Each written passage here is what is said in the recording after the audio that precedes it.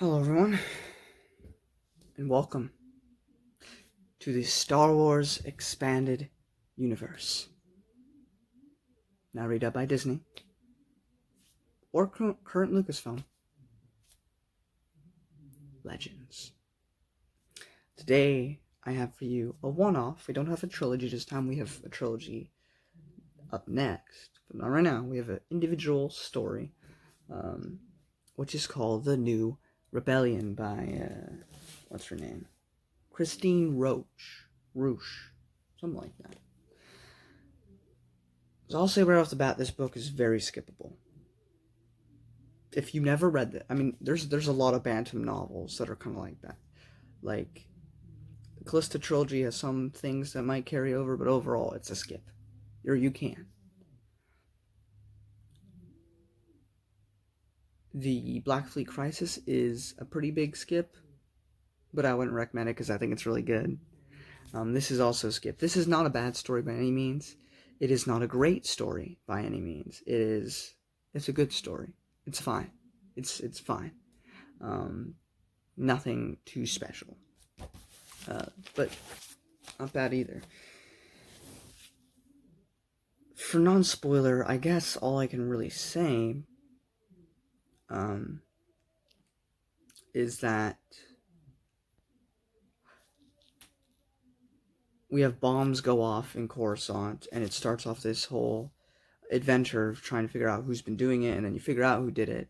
And it is a former student of Luke's. And it's a whole thing, and they're gonna try and, stop him, obviously. And yeah. I mean, that's the central thing. Bombs go off on Coruscant. People die or get really injured, and it's like, this is on our home turf. Like, this can't be happening. Like, did the Imperials do this? Who did this? And part of the book's trying to figure out who did it. And then once everybody's on the same page, it's now about stopping him. Like I said, very skippable. I mean, I'm simplifying it a lot. There's more nuance to that, but like without spoilers, that's like the basic plot, I guess I could say.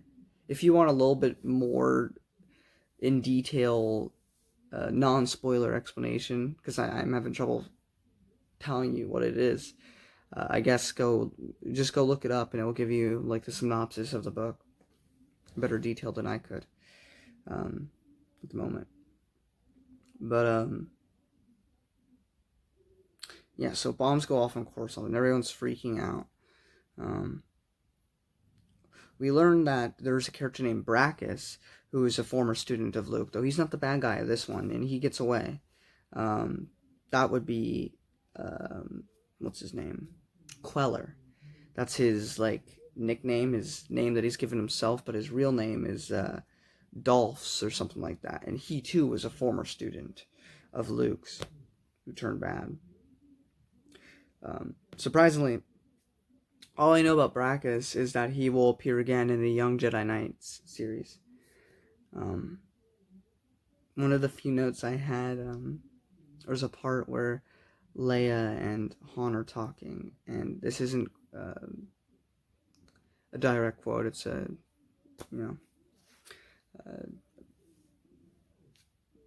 it's not word for word, but she's like, can't we just live normal lives? Don't you wish we had normal lives? And Han's like, nah. If we had normal lives, we would have never met. It was just a really cute moment. The kids aren't really in this book, so there's not too much to talk about with the children. So when Dolph, or Queller, whatever you prefer, talks to Luke, about his anger and his hatred and stuff, he mentions his parents and how they took a week to die. And it was, I don't know why, but that particular moment just kind of struck me more than other parts of this book, so that's why I wrote it down.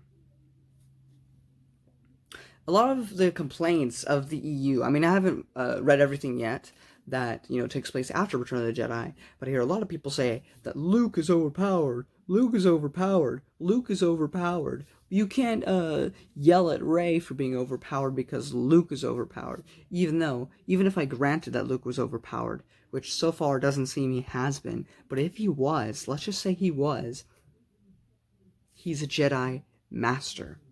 Rey, Episode 7, never even got taught the Force, but was able to do a Jedi mind trick, was able to escape her bonds, was able to defeat Kylo. Yes, he was injured, but I don't care. Darth Vader could be injured in Episode 4. He could have his respirator broken and one of his arms chopped off. Okay? Luke in Episode 4 would get destroyed by Vader. Easily.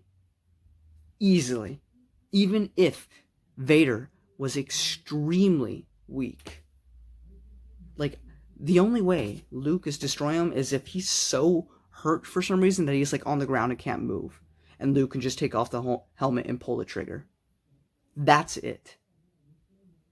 Otherwise, he's getting destroyed. So I don't care if Kylo is injured. He could still take out Rey, no problem. So the fact that he doesn't is a problem. But then there's Episode 8 where she beats Luke and just shows him up in every way, shape, and form. And then Episode 9, she's perfect. So no, it's not the same.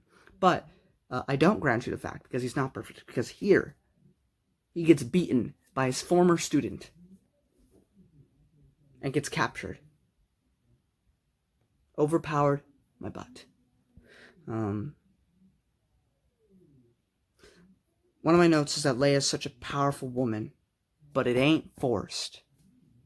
Because today, with identity politics, with SJWs, with everything like that, you have to project, like these feminists, they have to project how amazing they are in these like new books and TV shows and movies. And it's frustrating because you shoving down my throat that you're good, that you're capable, that you're competent, that you're talented.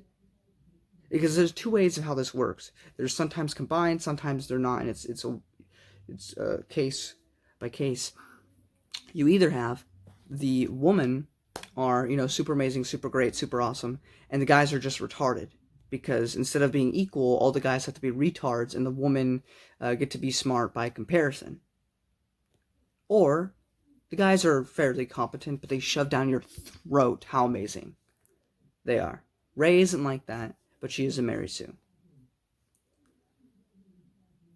But with Leia, and she can use the Force and stuff, and no, she's not the most powerful, and that's okay. She doesn't have to be physically powerful.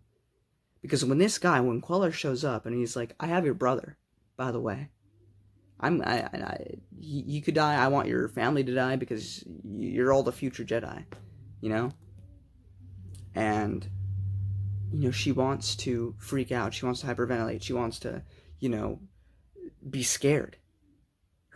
Her brother's been taken. But she can't in that moment. She has to be strong. She has to put up a face of confidence, of no fear. Because that's what she's called to do. And it just shows how amazingly competent and amazing, I already said amazing, amazingly confident and capable Leia is. We also get a cameo from Talon Card and Mara Jade in this book. They're not in it too long, but we do get to have a bit of them, so it was nice to see them again.